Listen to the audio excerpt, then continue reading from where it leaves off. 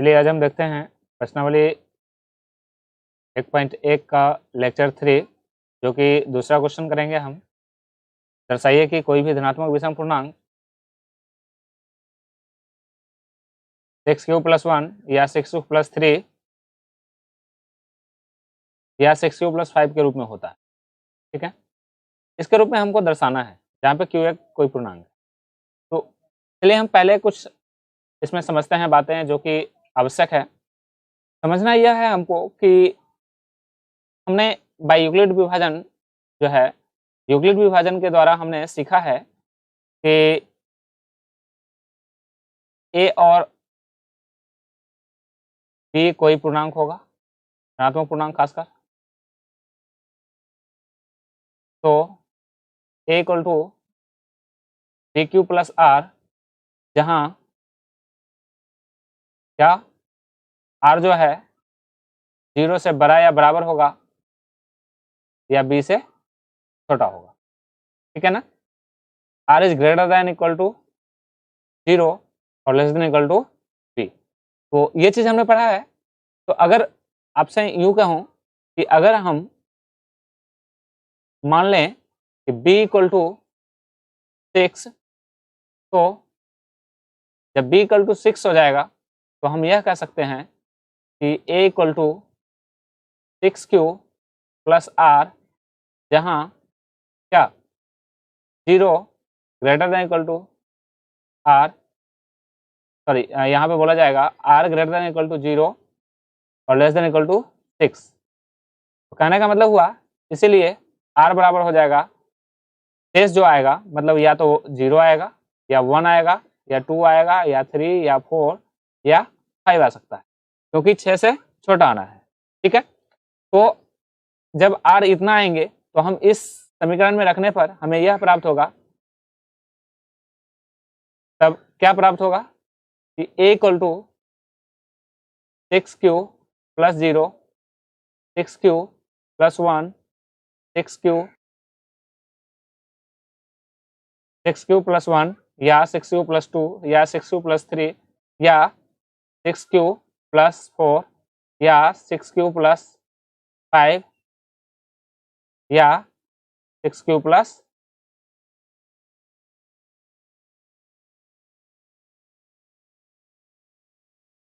ये हमें प्राप्त होंगे।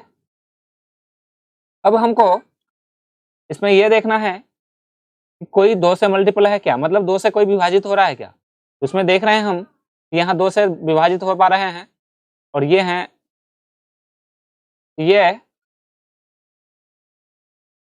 ये सभी जो हैं क्या हैं, 2 से विभाजित हो रहे हैं। तो हम लिख सकते हैं क्योंकि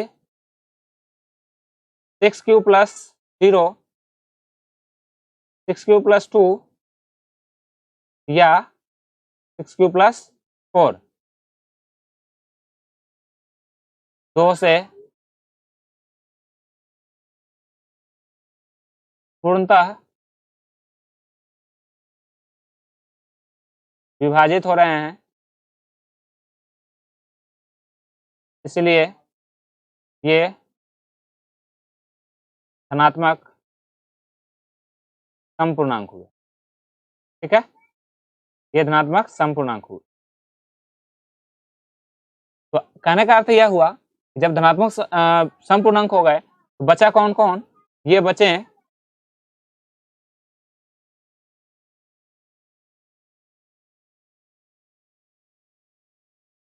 बचे हमारे पास, इसलिए 6q प्लस 1 या 6q प्लस 3 या 6q प्लस 5, ये क्या है, विषम पूर्णांक। क्योंकि यहाँ पे हमको दिख रहा है कि ये एक जो है सम संख्या और एक विषम संख्या, दोनों का योग विषम होगा।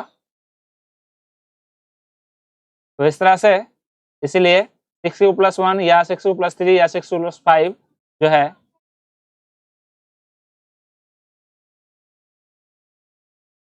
के रूप में कोई भी धनात्मक विषम पूर्णांक होंगे। ठीक है, तो आपको समझ में आया होगा कि हमने पहले ए और बी कोई पूर्णांक अगर माना है तो वहां पे उसके लिए होता है कि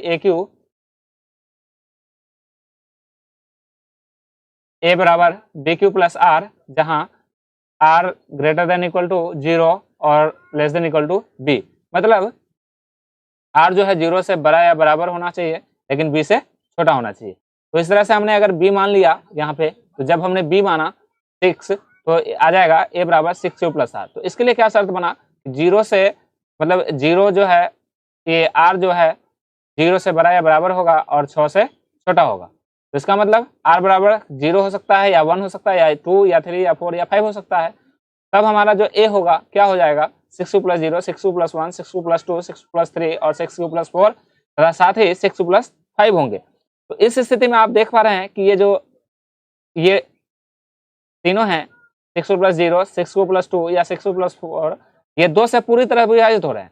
जब ये 2 से पूरी तरह विभाजित हो गए तो इसका मतलब यह होगा ये धनात्मक समपूर्णांक हुए। तो बचे कौन कौन, 6 प्लस 1 या 6 प्लस 3 या 6 प्लस 5 के रूप में जो भी में से कोई भी ये रूप में यहाँ पे 2 बार में लिखा गया है, ठीक है, में कोई भी धनात्मक विषम पूर्णांक होंगे। ठीक है ना, स्पष्ट है, समझ में आया होगा। अब देखते हैं नेक्स्ट क्वेश्चन। नेक्स्ट क्वेश्चन हमारे पास ये है, तीसरा क्वेश्चन है, किसी परेड में 616 सदस्यों वाली एक सेना आर्मी की टुकड़ी को 32 सदस्यों वाले एक आर्मी के बैंड के पीछे मतलब मार्च करना है। तो दोनों समूह को समान संख्या वाले स्तंभ में मार्च करना होगा। तो उसके लिए उन स्तंभों की अधिकतम संख्या क्या होगी जिनमें वे मार्च कर सकते हैं।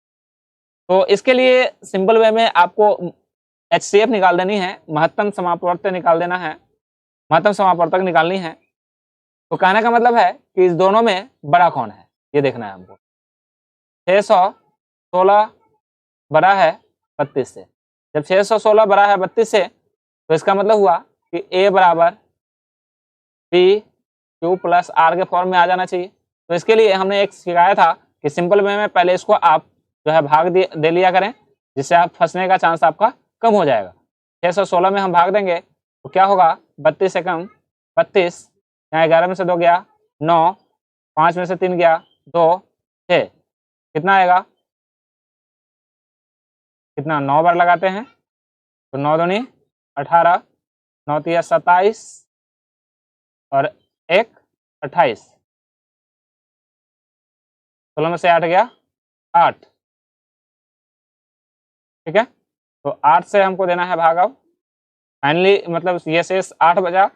अब इस शेष को हमको 32 में देना है भाग, तो 32 8 चौके 32, ये कट गया पूरा पूरा। इसका मतलब हुआ कि 8 जो है स्तंभ होगा। ठीक है, तो इस चीज को हमने कैसे यहाँ उतारना है वो आपको समझाया गया था। यहाँ पे एक चीज और ध्यान रखनी है कि 0 से बड़ा या बराबर आर होना चाहिए, लेकिन बी से छोटा होना चाहिए जहाँ। ठीक है, तो क्या करना है हमको, 616 बराबर बी, कितना से आपने भाग दिया, 32 से भाग दिया, कितना बार लगा, 19 बार लगा, कितना शेषफल आया 8। शेष 0 नहीं आया है यहाँ पे शेषफल, तो अगला स्टेप और करेंगे। जब तक हमारा शेषफल 0 नहीं आता है तब तक हम स्टेप को पूरा करेंगे। ठीक है, तो बचा हमारा 32 में भाग दिया हमने 8 से लगा 4 बार और शेषफल आ गया 0। इसका मतलब हमारा आंसर आ चुका है और ये हमारा आंसर है 8। इसलिए HCF जो हो जाएगा 8 हो जाएगा। लेकिन ध्यान रखना है, ऐसे हम डायरेक्ट नहीं लिख के छोड़ देंगे, लिखेंगे स्तंभों की अधिकतम संख्या बराबर यहाँ पे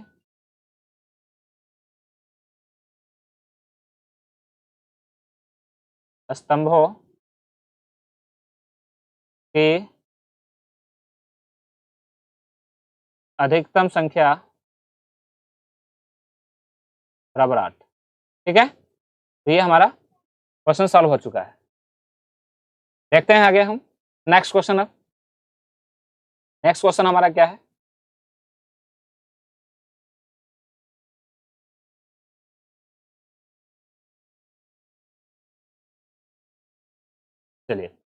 अब हमें बात करना है यूक्लिड विभाजन जो टॉपिक है उसे रियल नंबर उसे चौथा क्वेश्चन करना है। यूक्लिड विभाजन एल्गोरिथम का प्रयोग करके दर्शाना है कि किसी धनात्मक पूर्णांक का वर्ग किसी पूर्णांक के लिए, किसी भी पूर्णांक के लिए, किसी पूर्णांक m के लिए 3m या 3m+1 के रूप में होता है। ध्यान रखना है यहाँ पे एक शब्द जोड़ा गया है वर्ग, ठीक है, यहाँ पे हमें वर्ग करना पड़ेगा। तो सबसे पहले हम मान लेते हैं फटाफट, यहाँ पे कुछ एजम्पशन लेनी है, उसको देख लेते हैं। एजम्पशन जो करना है, मानना है, वह क्या होगा। अगर आप मानते हैं कि a और b कोई पूर्णांक है तो उसके लिए a और b जब कोई पूर्णांक होंगे तो a बराबर BQ प्लस R हमारा फॉर्मूला बनेगा। तो b हमें मानना है क्योंकि यहाँ 3m और 3m के रूप में है, तो हम क्या मान लेते हैं, a बराबर BQ plus R, BQ plus R, जहाँ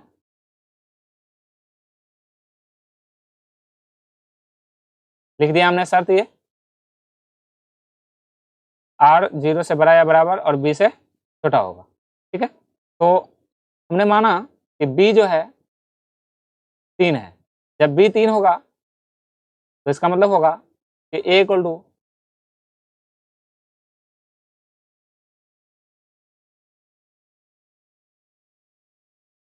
3Q प्लस R, ठीक है ना। तो यहाँ पे आ जाएगा जहाँ 0 R 3 से छोटा, का मतलब R हमने रखना है 1, 0, 1 और 2, ठीक है। तो अब हमें यहाँ पे पुटअप करना है। अब क्या करना है, पुटअप यह करना है कि A equal to 3Q plus 0, क्योंकि जब हम इसमें रखेंगे 3Q प्लस 0 आ जाएगा और करना है हमको इसका वर्ग। जब हम इसका वर्ग करेंगे क्या आएगा,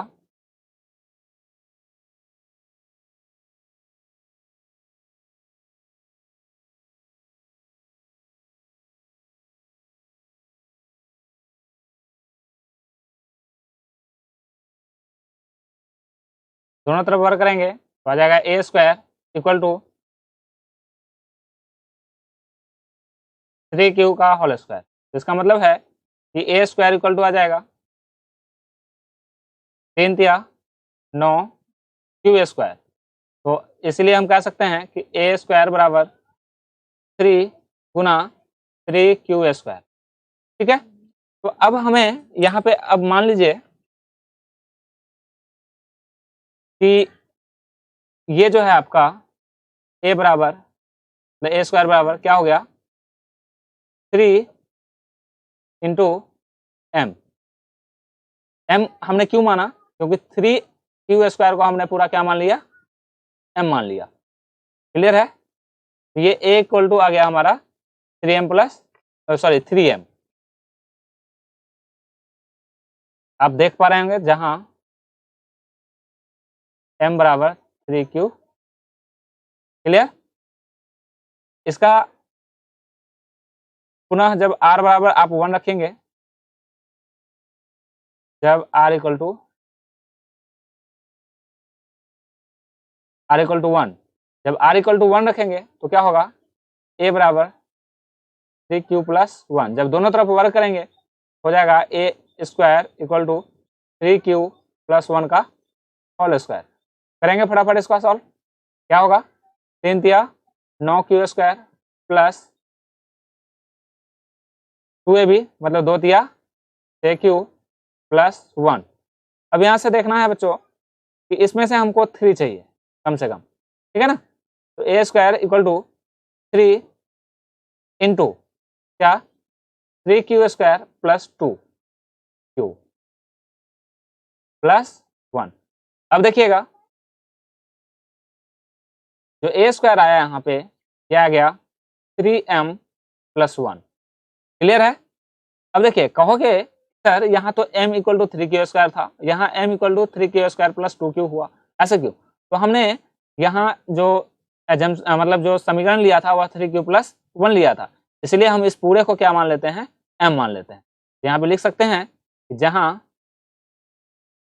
m बराबर 3q² प्लस 2q। ठीक है, इसी तरह से एक बार और हम करेंगे यहाँ part third.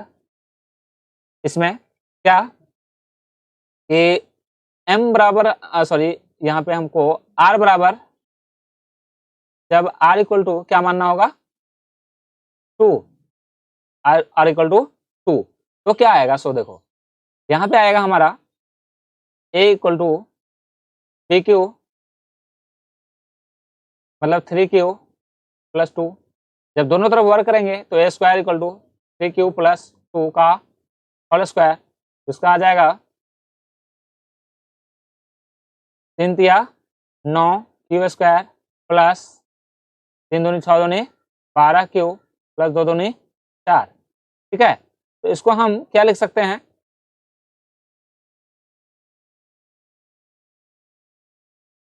9q² plus 12q plus 3 plus 1, इस 4 को हमने लिख लिया 3 प्लस 1। देख लो, हाँ, तो इसका मतलब हुआ कि a² बराबर हम लिख सकते हैं 3 into 3q² plus 4q plus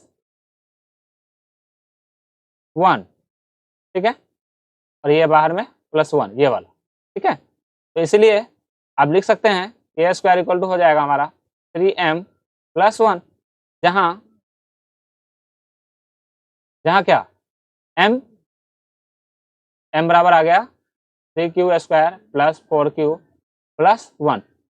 अब इतना सारा करने के बाद कंक्लूजन यही निकला कि सर बार बार तो हम ये मतलब 3q प्लस 1 ही ला तो रहे हैं, लेकिन हमको कुछ समझ नहीं आया। समझने के लिए यहाँ पे ये है, कंक्लूजन यहाँ निकलता है कि जब हम इस क्वेश्चन को सॉल्व कर रहे होते हैं तो जो ये 3m प्लस 1 या 3m है इसके रूप में लाना था, तो हमने माना भी इसी हिसाब से कि हमारा 3 जरूर आए। ठीक है ना, तो 3 हमने b माना, तो इसके लिए हमने समीकरण बना 3q प्लस 1, क्योंकि यहाँ ये समीकरण हमने लिया हुआ है। ठीक है, तो उसके लिए r का जो समीकरण निकला, शर्त निकला ये होना चाहिए, तो r इक्वल टू क्या हुआ कि 3 से छोटा होना चाहिए, तो 0 1 2 आया। अब a इक्वल टू हमने जब पुटअप किया इस समीकरण में, ठीक है, इस समीकरण में हमने पुटअप किया तो 3q प्लस 0 आ गया, ऐसे स्क्वायर किया तो ये आया। तो हमने यहाँ पे एक स्टेप लिया कि 3 इंटू ये 3q², तो हमने इसको मान लिया 3m, क्योंकि हमें क्वेश्चन में दिया हुआ है m। ठीक है, तो हमने मान लिया कि 3m होगा। ठीक है, उसके बाद ऐसे ही 1 रखा, फिर हमारा स्क्वायर हुआ, और ऐसे ही यहाँ पे कॉमन ले लिया हमने 3 कॉमन लेने के बाद ये आया अंदर में, तो ये हमने मान लिया कि ये m होगा। ठीक है, तो 3m प्लस 1 के रूप में आ गया। इस तरह से जब हमने r लिया तो r बराबर 2 लिया, तो इसके सॉल्व करने के बाद ये हमारा आ रहा है, और इस तरह से बोल सकते हैं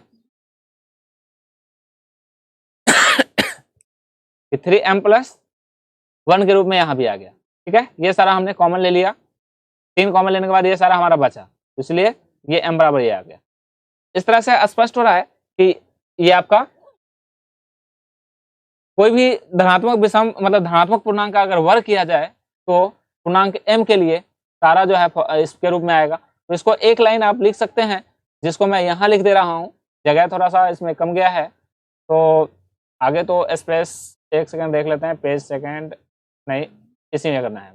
तो यहाँ पे जो है मैं लिख दे रहा हूँ कि किसी धनात्मक पूर्णांक का वर्ग किसी पूर्णांक m के लिए 3m या 3m प्लस 1 के रूप में होता है। बस कंक्लूजन यही निकालना है, और हमने निकाल लिया है, इसको अंत में लिख दिया, सिद्ध हुआ। ठीक है, हमने दर्शा दिया है। तो अब हम चलते हैं नेक्स्ट क्वेश्चन पे, जो कि क्वेश्चन नंबर है 5। ठीक है, क्वेश्चन नंबर 5 आप खुद भी बना सकते हैं, थोड़ा सा मैं हिंट्स करता हूं और आप जरूर बनाएंगे, आशा है हमें। अगर नहीं बनता है तो मैं इसका वीडियो जो है बना के स्पेशल दूंगा, ठीक है। वैसे मैं थोड़ा सा हिंट्स कर दे रहा हूं, आपको करना क्या है। तो कह रहा है कि यूक्लिड विभाजन प्रमेय का प्रयोग करके दर्शाना है कि किसी धनात्मक पूर्णांक का घन कितना होता है। देखो अब कहोगे कि सर यहाँ पे हम 9 माने, जी नहीं, 9 अगर हम मान लेते हैं, मानते हैं 9 मान लिया जाए तो इसका जो घन आप करेंगे, घन मतलब क्यूब, अगर क्यूब करते हैं तो इसका कैलकुलेशन बड़ा लेंदी हो जाएगा, ठीक है। तो आप ये जानते ही हैं कि जो संख्या 9 से अगर कट रही है, कोई भी संख्या, वह 3 से भी कट रही होगी। तो हमने यहाँ पे b का मान जो है क्या ले लेना है, 3 लेना है। तो जो मैं कुछ लिख दे रहा हूं उसके बाद बाकी काम आप कर लेंगे। ये देखिए यहाँ पे a इक्वल टू यूक्लिड विभाजन होता है बी क्यू प्लस आर, जहां शर्त होता है, ठीक है, जहां ये शर्त होता है, ठीक है, क्या कि r 0 से बड़ा या बराबर और b से छोटा होगा। तो आप यहाँ पे क्या मानना है कि b इक्वल टू हमारा जो है 3 होगा। मैंने आपको एक बात कह दी, जो संख्याएं 9 से विभाजित होंगी वह 3 से भी विभाजित होनी है, तो क्यों ना हम 3 ही ले लेते हैं, ठीक है, और घन करना है हमें। तो चलिए सॉल्व भी कर देता हूं, ठीक है। तो b इक्वल टू 3, तो इसका मतलब यह कहा जाएगा कि a इक्वल टू हो जाएगा ये 3q प्लस r। तो इसका मतलब यह हुआ कि आपने जो है r का मान क्या रख लिया, r जो होगा 0 से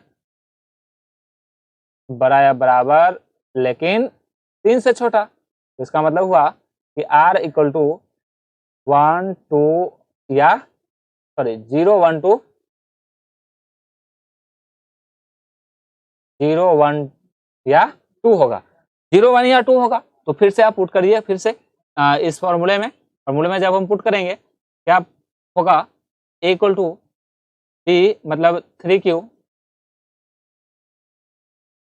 प्लस 0। अब घन की बात है, जब दोनों तरफ घन करेंगे क्या हो जाएगा, aq बराबर 3q का होल क्यूब। इसका मतलब हुआ कि 3 3 क्यूब, और इसलिए हम कह सकते हैं कि a क्यूब बराबर 9 इंटू में 3 क्यूब का क्यूब, ठीक है, 9 3 27। तो इसीलिए a क्यूब बराबर 9m आ गया, जहां m बराबर 3q, ठीक है। तो इस तरह से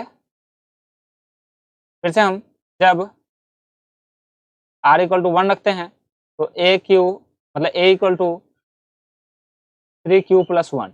जब 3q प्लस 1 दोनों तरफ क्यूब करना है, इसका मतलब हुआ दोनों तरफ क्यूब करने का मतलब हुआ a क्यूब बराबर 3q प्लस 1 का होल क्यूब।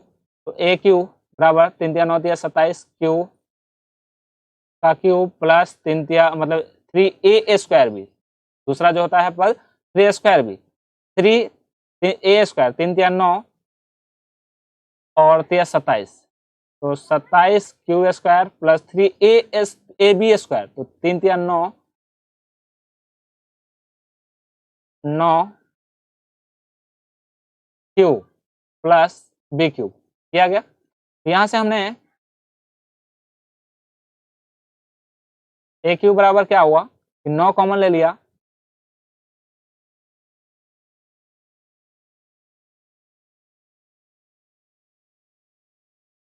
नौ कॉमन लेने के बाद हमारे पास आ गया यहाँ से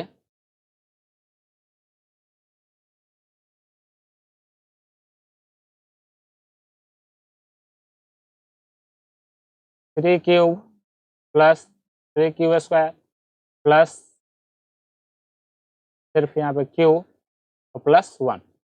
तो इसलिए a क्यूब बराबर क्या आ गया, 9m प्लस 1 आ गया, जहाँ m बराबर 3q square 3q plus 3q square plus q। एक बार चेक कर लो फिर से, 9 3 27 क्यूब होता है, 9 3 27 क्यू स्क्वायर यहाँ, ठीक है समीकरण, और ये 9 इंटू क्यू, ठीक है। तो यहाँ तक हमने प्रूफ कर लिया। अब जो हमारा बचता है ये कौन सा, r इक्वल टू 2 रखना।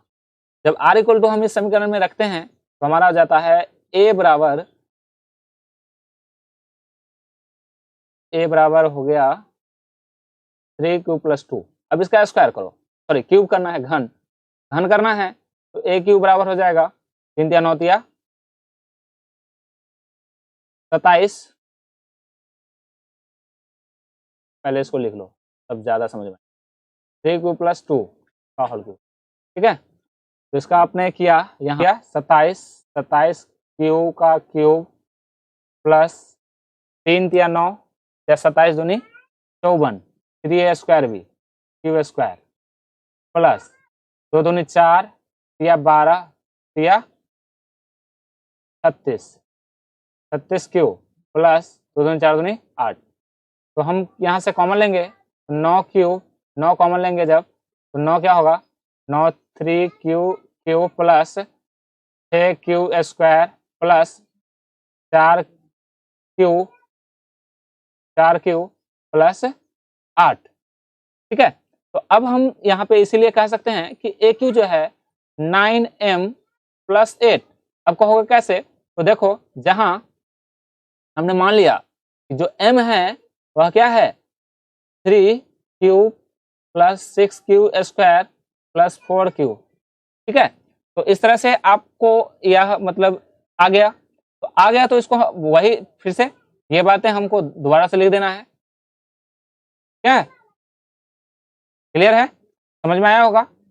तो ये हमारा चैप्टर यहीं पे समाप्त होता है, समझ में आया होगा। अगर समझ में नहीं आया है कमेंट करें, फिर से मैं बताने का पूरा प्रयास करूंगा। और इसके जो भी एग्जाम्पल्स बचे हैं उसको मैं एक होमवर्क सीरीज लेके आऊंगा इसके बाद, इस चैप्टर के खत्म होने के बाद। ये चैप्टर खत्म हो चुका है और एक होमवर्क सीरीज लेके आऊंगा। उसमें आपको कुछ क्वेश्चन जो एनसीईआरटी के अलावा भी हैं वो भी दिए जाएंगे, आपको सॉल्व करना होगा। और हो सके तो मैं उसको लाइव लेके आऊंगा और उसका नोटिफिकेशन जल्द ही मिलेगी। इसीलिए हमारे चैनल को आप सब्सक्राइब जरूर करें। अगर अच्छा लगता है तो लाइक करें और साथ साथ शेयर भी कर दें। धन्यवाद।